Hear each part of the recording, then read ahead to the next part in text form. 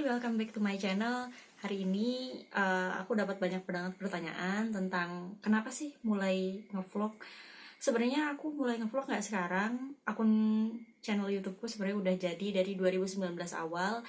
Dulu pernah ngupload video satu kali, terus udah itu nggak keurus lagi karena sambil ngerjain tesis dan sambil kuliah S2. Akhirnya nggak kepegang, cuma ngupload satu video. Terus sampai September atau Oktober 2019 itu mulai ngupload lagi video, dan video yang pertama udah dihapus karena terlalu jelek. Akhirnya waktu itu udahlah berniat mau konsisten ngupload 3 hari sekali di sekitar bulan September sampai Oktober. Terus udah itu ngupload sekitar 7-8 video. Terus udah itu sibuk lagi ngurus bisnis, dan itu lagi bener-bener high season. Akhirnya nggak kepegang lagi vlognya. Terus udah itu tapi di situ masih ngerasa kayak pengen banget nih sebenarnya ngevlog, pengen banget sharing sesuatu, kayak banyak banget yang aku pikirin dan aku pengen ini aku sharing ke orang lain. Cuma waktu itu nggak pernah ada kesempatan, akhirnya nggak pernah ngevlog lagi. Terus di saat lagi lockdown dan pandemi corona ini, akhirnya aku ngerasa punya waktu luang yang lebih banyak, sedikit lebih banyak dibandingkan sebelumnya, dan akhirnya aku nyoba, ya udahlah, mungkin ini adalah kesempatan yang tepat untuk mulai ngevlog. Nah, kalau teman-teman sendiri, alasan apa sih yang diinginkan, atau alasan apa yang mendorong buat pertama kali ngevlog? Bermacam-macam. Nah, terus udah itu, kalau apa alasan yang membuat aku merasa yang awalnya pengen ngevlog, jadi pengen banget dan ngerasa harus ngevlog adalah pas mulai pandemi ini. Terus udah itu lockdown, nggak bisa kemana-mana. Setiap pagi tuh kayak aku pas bangun ngerasa nggak mood. Terus udah itu gak mood, terus udah itu sampai sore moodnya mulai naik. Terus udah itu malam mood banget, aktif ngerjain ini itu, tapi udah itu kan tidur istirahat, besok paginya pas bangun gak mood lagi. Terus aku merasa kalau gak mood terus dari pagi sampai siang sampai sore, gak mood terus kayak gitu kan pasti gak produktif. Akhirnya suatu hari aku habis membaca waktu itu. Terus udah itu aku ngobrol sama orang, akhirnya aku menyampaikan semua apa yang udah aku baca, terus aku sharingkan, dan aku ngerasa kayak aku merasa lebih baik moodnya. Terus aku lebih bisa produktif setelah itu. Aku kayak ngerasa banyak banget yang aku pikirin, dan akhirnya aku bisa menyampaikan ini ke seseorang.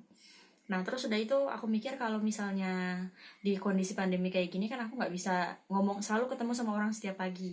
Akhirnya waktu itu aku nyoba, yaudah deh video call buat menceritakan sesuatu, untuk sharing sesuatu. Cuma masalahnya adalah, pertama, nggak semua orang setiap pagi akan bisa di video call, dan yang kedua adalah nggak semua orang akan mau mendengarkan dan butuh mendengarkan apa yang pengen aku sharingkan. Terus aku mikir kalau misalnya setiap pagi harus nge-video call orang, kenapa nggak sekalian aku buat vlog aja. Jadi yang dengerin nggak cuma satu orang, tapi bisa banyak orang dan bisa orang tonton berkali-kali. Dan kalau misalnya memang dia butuh, dia akan menonton vlogku. Kalau misalnya enggak, ya udah skip aja kayak gitu. Ya, sesimpel itu alasannya. Terus pas awal ngevlog mungkin teman-teman merasa seperti ini juga ya. Aku awal ngevlog ngerasa kayak, gimana ya kalau misalnya orang-orang nggak suka dengan vlogku, gimana ya kalau ada yang hina, gimana ya kalau ada yang ngebully. Tapi aku akhirnya berpikir satu hal, apapun yang dilakukan pasti akan ada orang yang nggak suka. Sebaik apapun yang kita usahain, pasti ada orang yang ngerasa yang kita lakukan itu buruk. Jadi ya udah, jalan aja. Kalau kita merasa kita melakukan yang terbaik, ya udah kita lakukan yang terbaik. Habis itu kita selalu evaluasi, dan yang terpenting adalah jadi diri sendiri. Jadi buat konten yang bermanfaat itu bagus, buat konten yang unik itu juga bagus, tapi lebih baik untuk menjadi diri sendiri. Karena kadang di awal aku ngerasa ya kayak, aku harus buat konten ini nih buat naikin viewers, aku harus buat konten kayak gini buat naikin subscriber.